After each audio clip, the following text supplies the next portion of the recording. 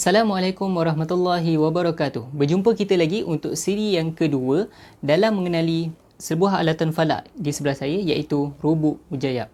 Baik, dalam kita mengenali rubuk mujayyab untuk siri kedua ni, kita akan mempelajari dengan lebih lanjut mengenai apakah anatomi pada rubuk mujayyab ataupun ciri-ciri yang ada padanya.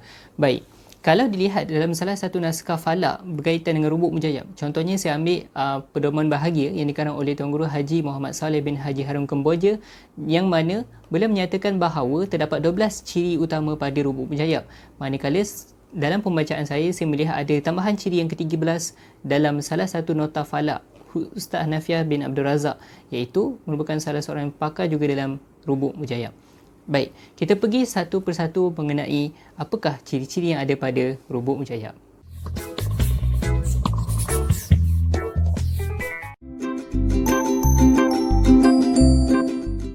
Baik, kita pergi ke ciri yang pertama pada rubuk mujayyab, iaitu markas.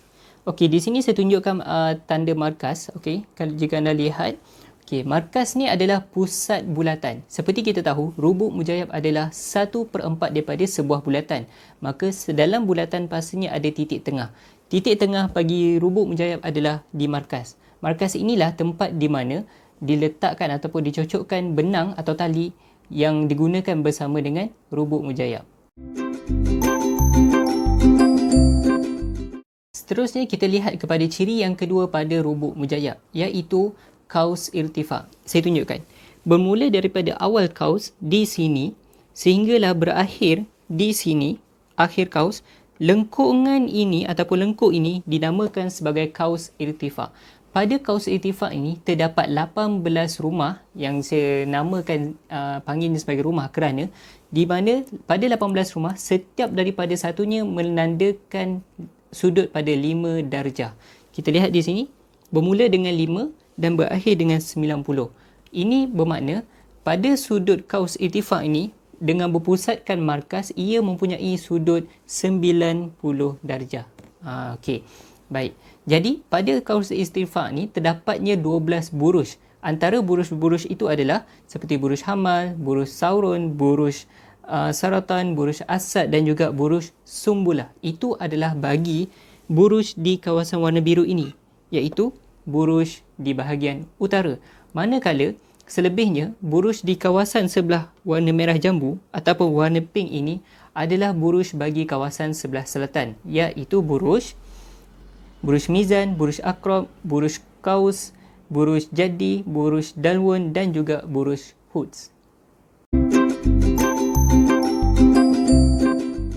Ciri yang ketiga pada rubuk mujayyab, iaitu siti ni.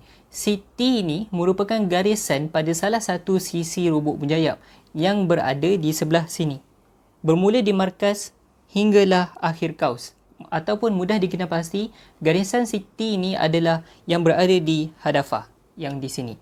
Maka inilah yang dinamakan bahagian siti ini mempunyai 60 nilai pada setiap sudut ini.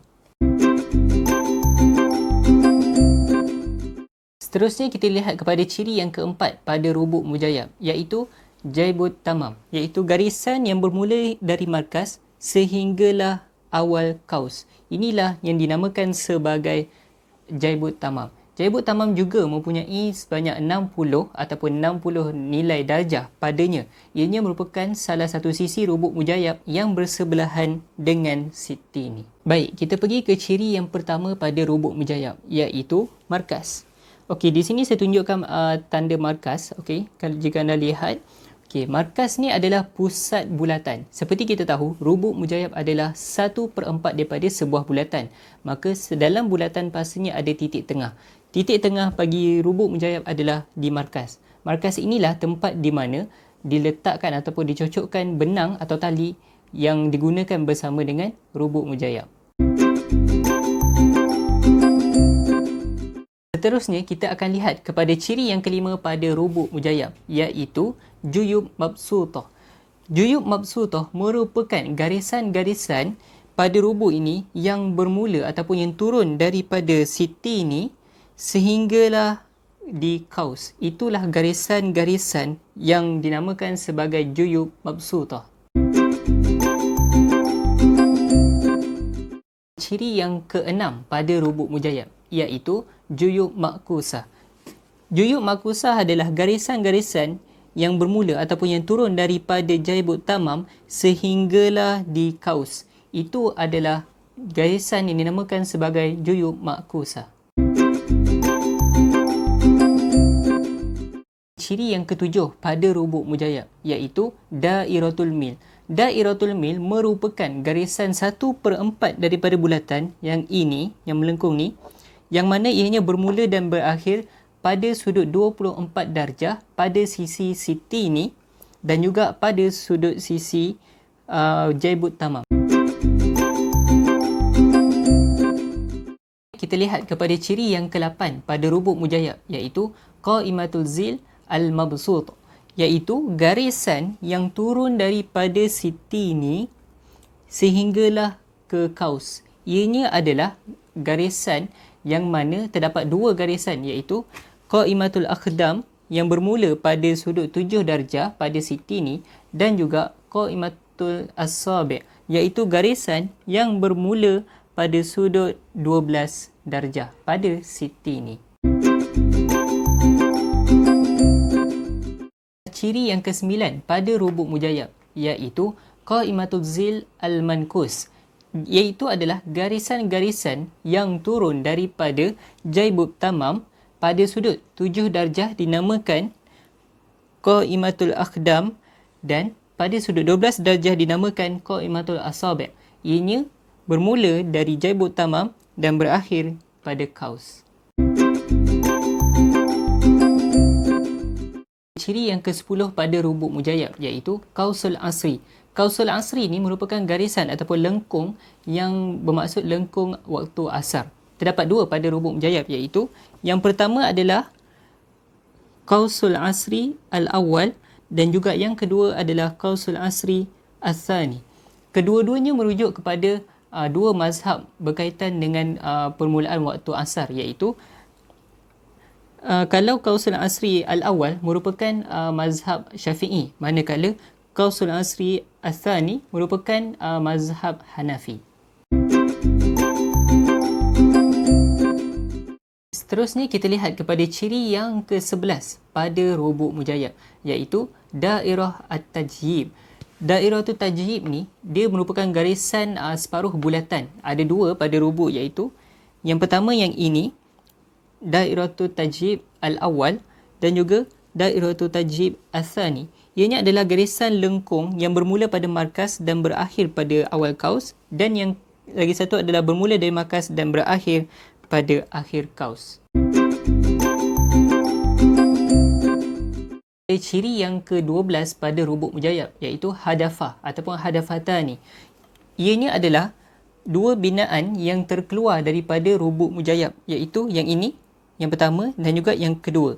Jadi hadafatani penting untuk kita mengetahui sudut, contohnya sudut tinggi matahari dengan melihat bayang yang daripada hadafah sufla jatuh kepada, yang jatuh daripada hadafah ulia kepada hadafah sufla.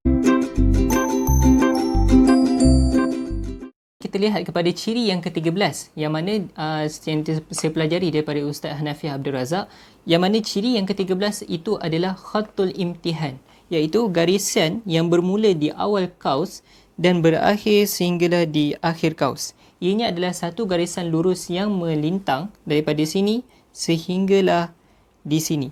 Ianya melalui titik pertemuan antara tajyib al-awwal dan juga tajyib as-sani di sini. Ini adalah titik pertemuannya. Okey, setelah kita mengenali kesemua 13 ciri pada rubuk mujayyab, kita pelajari pula apakah perkakasan ataupun peralatan yang digunakan bersama dengan rubuk mujayyab.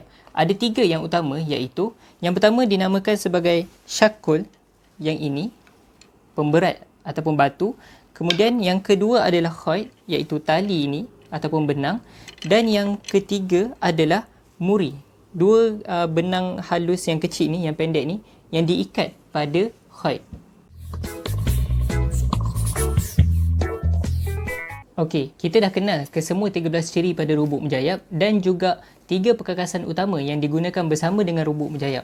Bagi anda yang ingin mempelajari dengan lebih lanjut mengenai dengan lebih dekat ciri-ciri pada rubuk ini, Kalau bagi yang sesiapa yang tidak ada robot menjayap, anda boleh DIY sendiri robot menjayap dengan menggunakan pertama styrofoam ni, gabus, dan yang kedua adalah kertas graf. Okey. Apa yang anda boleh buat adalah saya tunjukkan di sini adalah antara robot menjayap yang saya dah buat sendiri dengan hanya menggunakan gabus dan juga kertas graf. Yang mana selebihnya pada garisan yang ada pada robot ni saya tulis sendiri. Baik.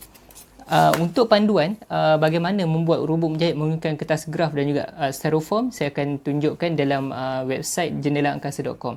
Baik, sekian itu sahaja untuk siri mengenali anatomi robot mujayab. Sekian, kita jumpa di next video siri ketiga akan datang.